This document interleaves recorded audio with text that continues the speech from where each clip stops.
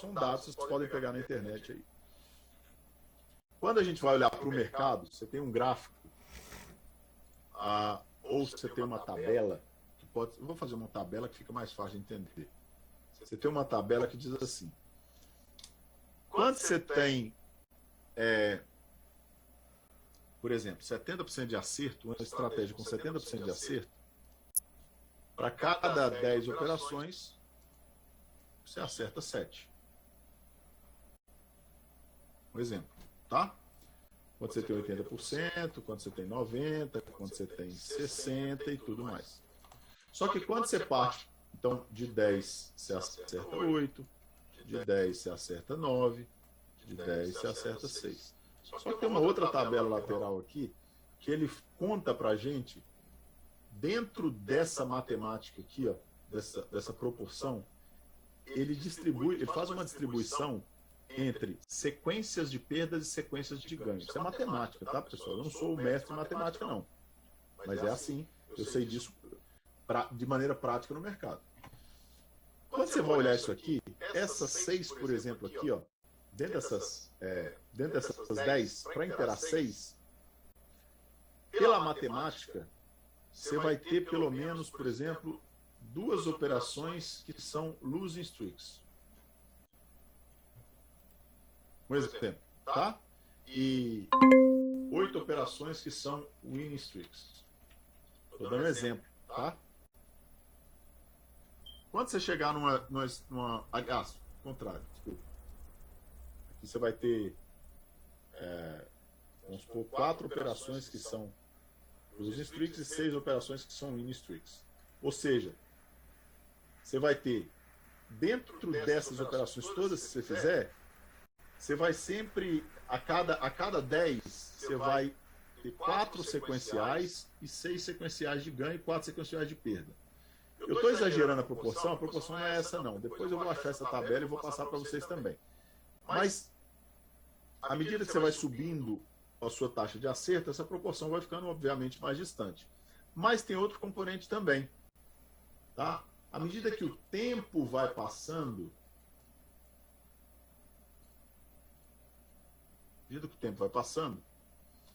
isso aqui vai acontecendo também. Então, por exemplo, é como se eu calculasse assim, ó, a cada 20 operações, eu vou ter 3 operações de losing streaks. Estou dando um exemplo, tá? Só que se eu subir isso aqui a cada 50 operações, eu vou ter 5 operações de losing streaks. Tá vendo como proporcionalmente ela vai reduzindo? Tá? É importante saber desses números? Não. O importante é saber que existe essa sequência de ganhos e essa sequência de perdas. Por quê, Felipe? Porque independente de qual ela seja, você tem que entender 2 coisas. A primeira é, quanto mais você ganha, mais perto você está de perder. What? A aula é para deixar a gente animado ou triste? É para deixar vocês super animados, vocês vão entender por quê. Ou seja, quanto mais você ganha, mais próximo está de você perder. Quanto mais você perde, mais próximo está de você ganhar.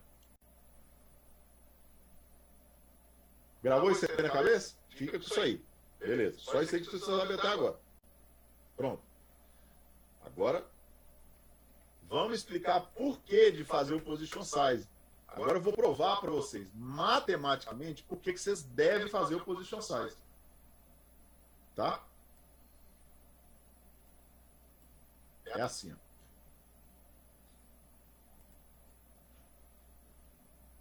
Faz sentido pra caralho. Pois é. A primeira coisa que você tem que entender é que se eu calculo o meu position size de maneira eficiente, tá? Presta atenção. À medida que eu vou perdendo, vamos supor que eu entro num losing streaks. Eu perco.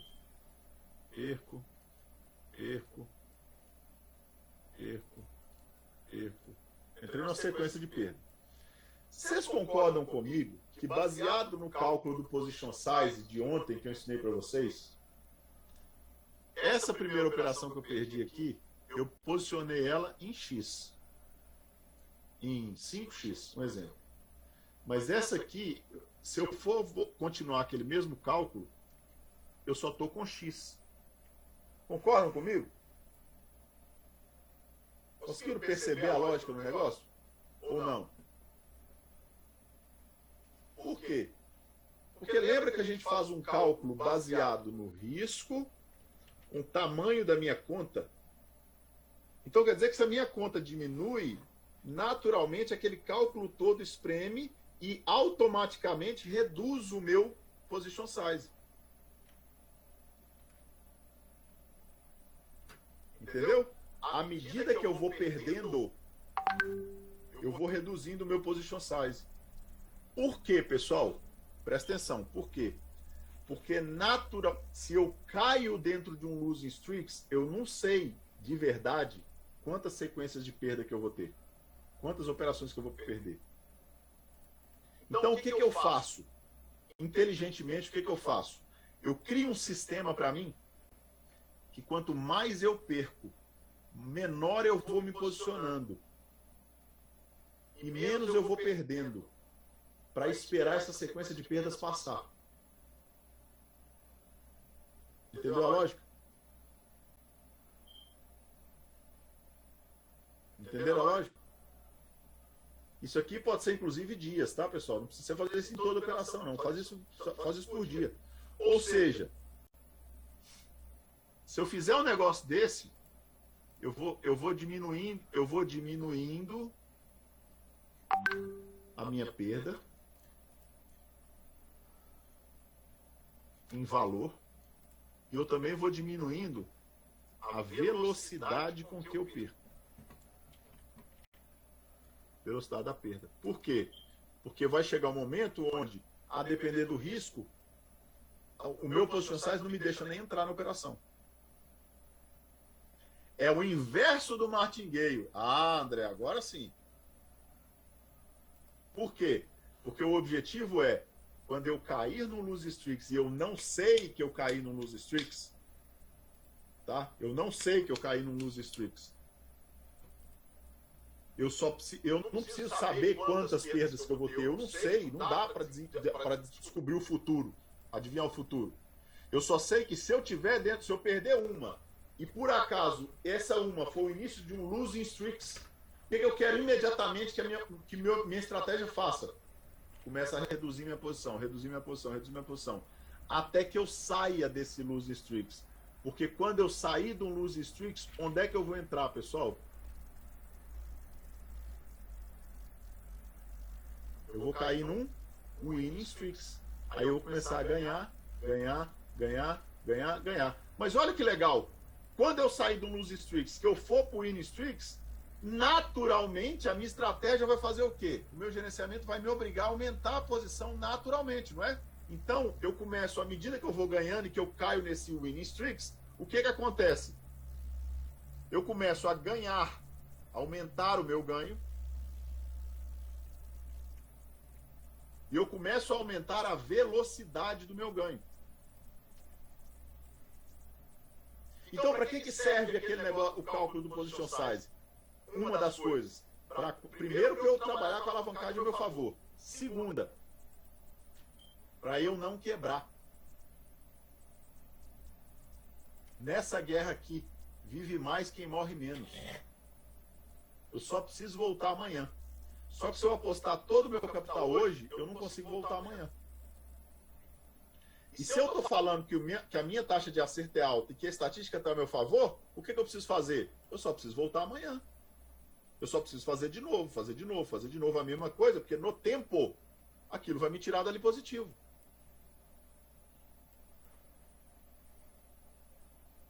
Entendeu?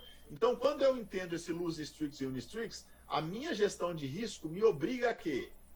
Quando eu estou perdendo, eu perco mais devagar e perco menos. E quando eu estou ganhando, eu ganho mais rápido e ganho mais. Quando eu estou perdendo, eu perco mais devagar e perco menos. Quando eu estou ganhando, eu ganho mais rápido e ganho mais. Fez sentido para vocês agora? Vocês já tinham ouvido falar disso?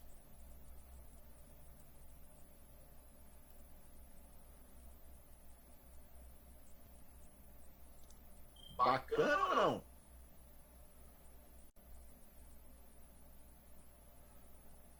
Entendeu, pessoal?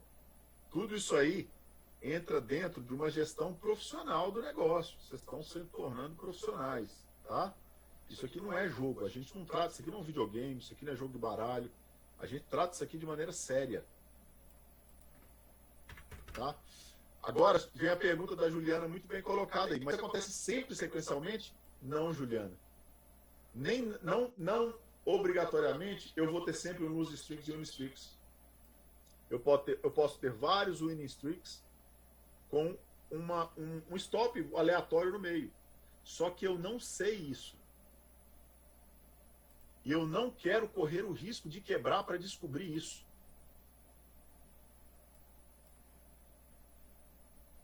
Sacou a parada?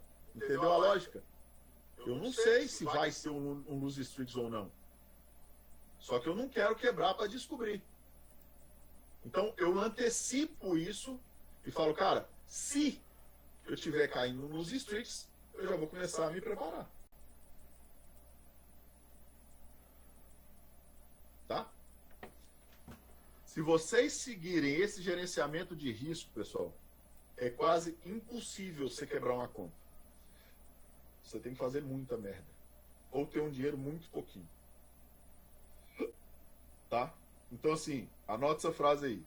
Nessa guerra aqui, vive mais quem morre menos. É só isso. Tá? Esse Ângelo falou a palavra que tirou da minha boca agora. Esse é o motivo pelo qual os robôs não funcionam. Os robôs de varejo por aí. O robô faz assim, ó. Ele ganha, quebra. Ganha, quebra. Ganha, quebra. Entendeu? Simples assim. Beleza, galera? Entenderam isso aí?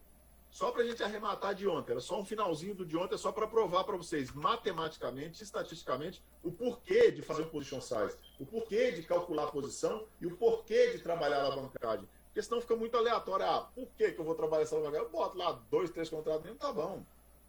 Não, cara, existe um motivo para isso. Não só para você fazer a alavancagem trabalhar a seu favor, mas para você ter estatística a seu favor também, mesmo que ela tenha um caráter temporal que todo mundo desqualifica. Entendeu? Beleza? Show de bola? Legal.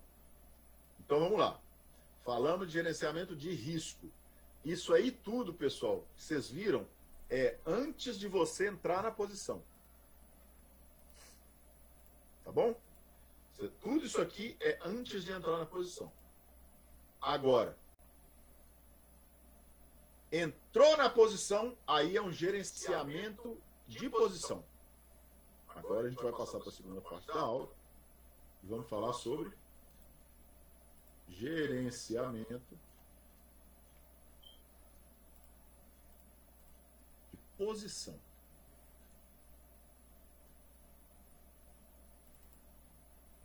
Beleza? Só para a gente arrematar um pouquinho, tá? E já pular para frente aí.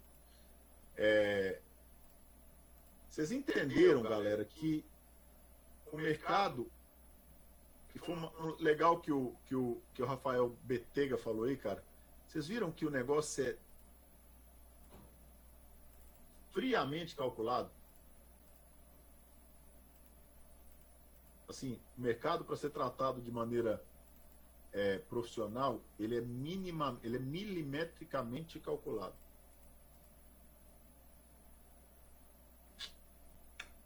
Milimetricamente calculado. Então, quando o cara fala assim, faz um martingale que não sei o quê.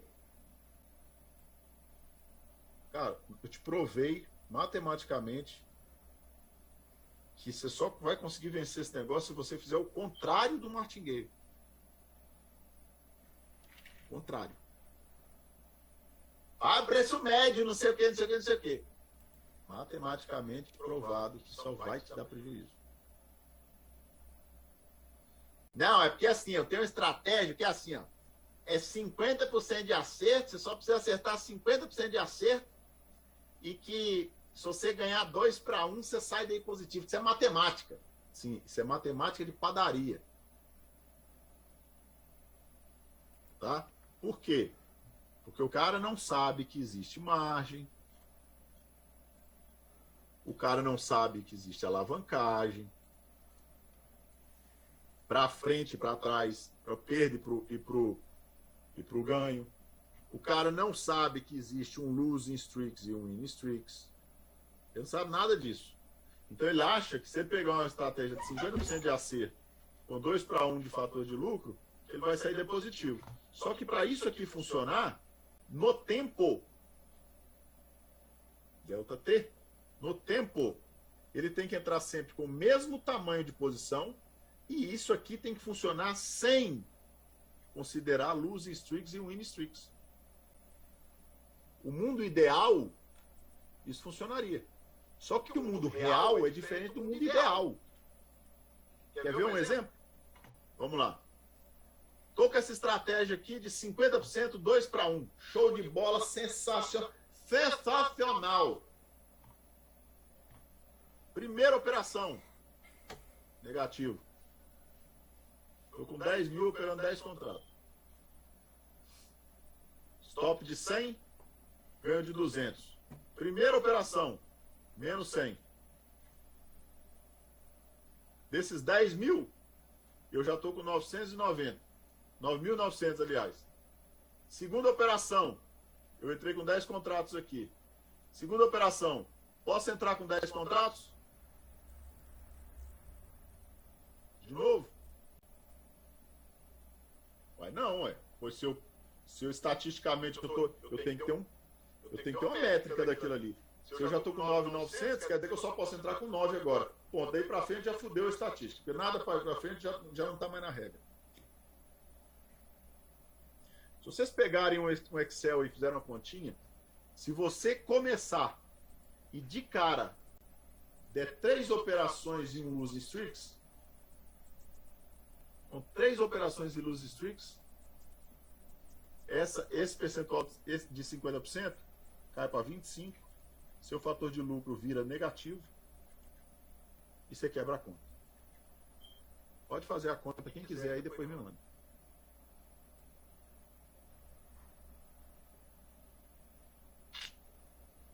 Três stopinhos no início, de cara.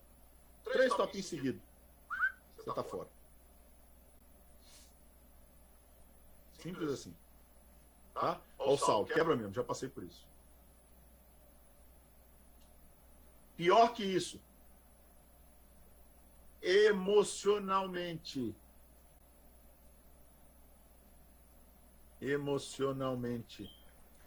você não consegue suportar uma estatística de 50%. Por quê?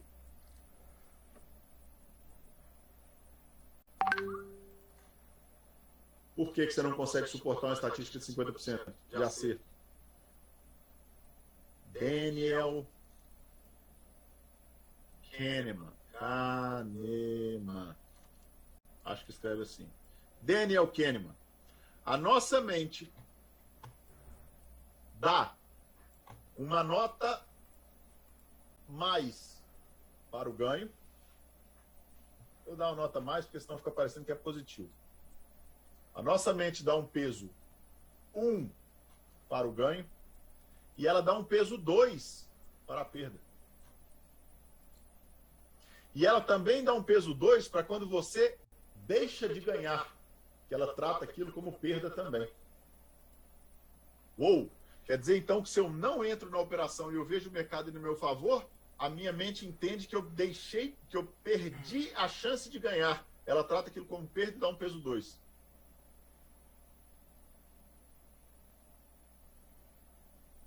Ou seja, emocionalmente, a minha mente trabalha com uma estatística contrária ao meu sucesso no mercado. Eu já entro no mercado emocionalmente com uma estatística emocional desfavorável. Então, o único jeito que eu tenho de compensar isso daqui é ter uma taxa de acerto acima de 70%. Faz o cálculo aí de 2 para 1 e vê se não tem que ser acima de 70%. Abaixo de 70%, emocionalmente,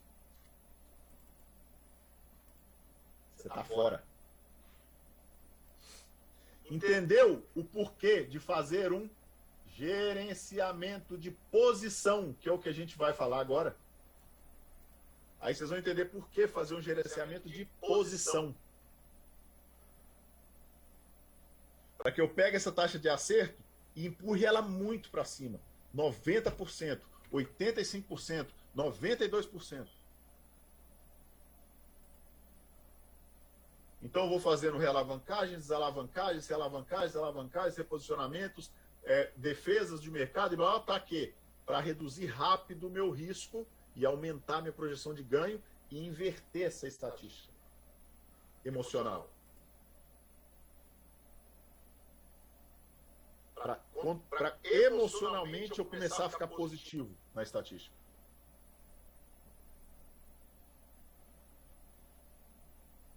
E você acreditando que bastava você operar o setup 9.2 ou o croissant com um cafezinho. Que estava tudo certo.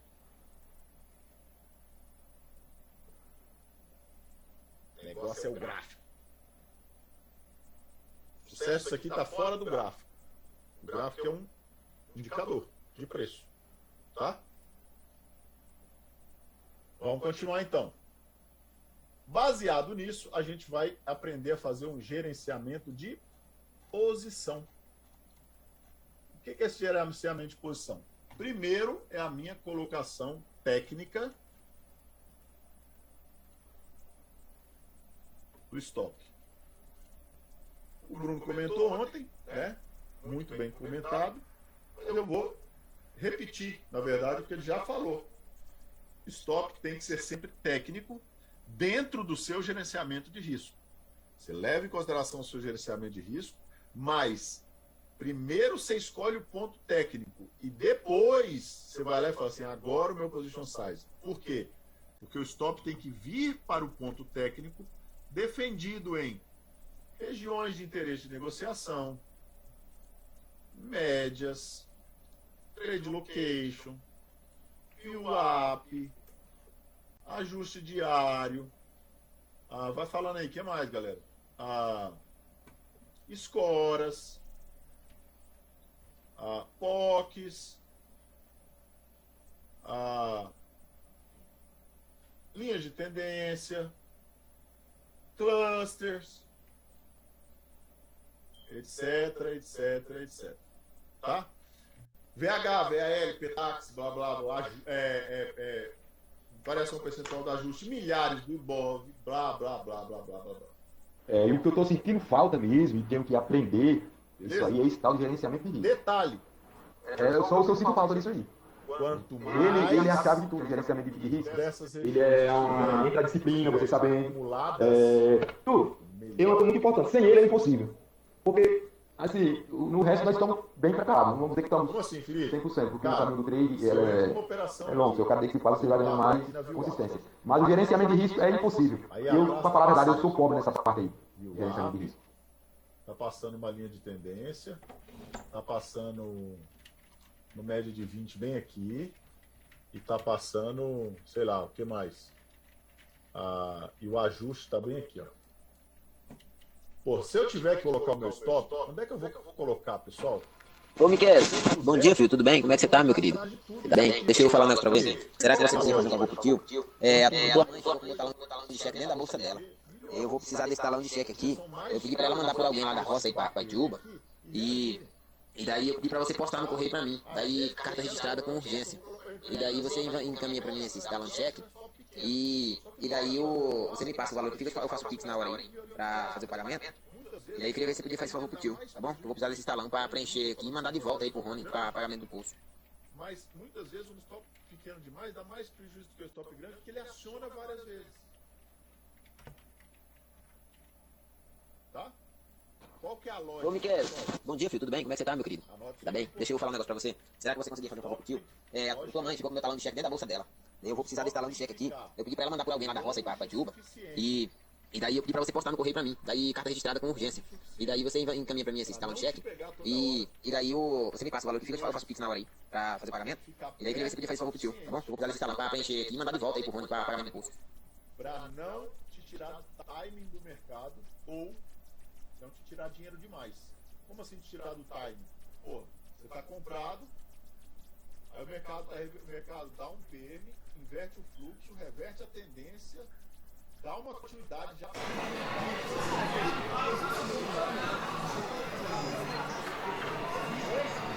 Ou seja, você está perdendo o movimento.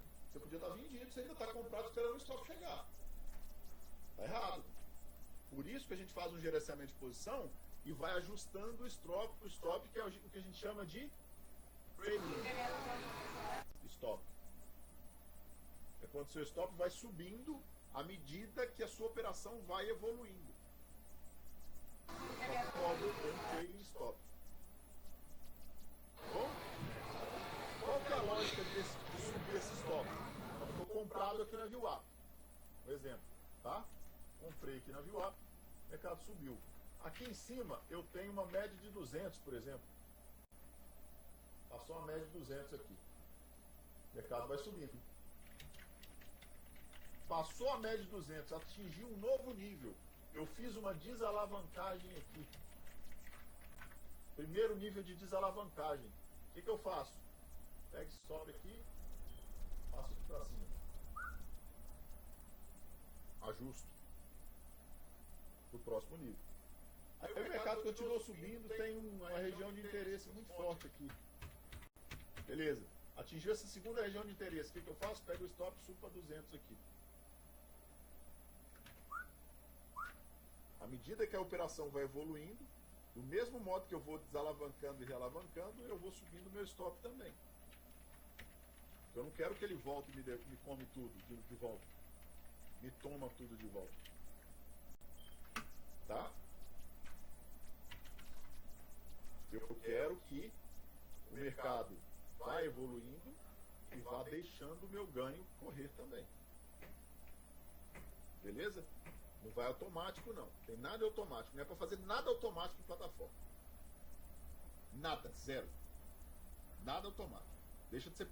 Vocês podem largar de ser preguiçoso e aprender a fazer esse trabalho na mão. Tem nada automático. Vai subindo junto. Vai subindo junto. Vai subindo junto. Beleza?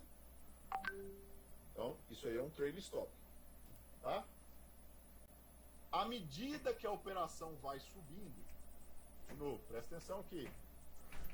Estamos quase terminando. Então, porra, ele subiu até aqui, ó. Aí chegou bem aqui, galera. O mercado, eu comprei, por exemplo, 10 contratos aqui, ó. Tá? Comprei 10 contratos aqui. O mercado subiu até, comprei na VWAP, num padrão na VWAP ali, bonitinho. Tá bom? O mercado subiu. Chegou aqui na 200. Primeiro nível de desalavancagem. Quanto que eu desalavanco? Pessoal, eu, Felipe, tá? Duas lógicas. Primeiro, se é um nível de preço mais curto, eu desalavanco menos. Tá? E se tem potencial para o mercado avançar mais, se eu estou vendo que o mercado tem potencial para avançar, eu desalavanco menos. Desalavanco 50% da posição, mais ou menos. Tá? Então vamos supor que desalavanquei 50% da posição. Se eu vejo que é uma posição um pouco mais longa, por exemplo, já subiu 200, 250 pontos aí ou mais, na minha primeira desalavancagem, eu já desalavanco 60% da posição. Para que eu desalavanco 60% da posição, pessoal?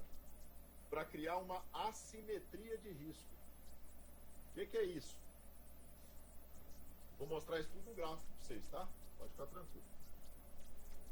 Quando a gente cria uma assimetria de risco e eu desalavanco 60% da posição aqui, então, por exemplo, eu estou com 10, desalavanco 60% da posição, eu fico só com 4 agora. Eu saí com 6. Tiro 6 aqui, fico com 4. Beleza? Meu stop ainda está aqui, ó. Só que agora Como eu criei essa assimetria de risco, eu desalavanquei mais do que a minha metade da posição, eu abro para trás da posição aí agora uma coisa chamada de ponto de cobertura.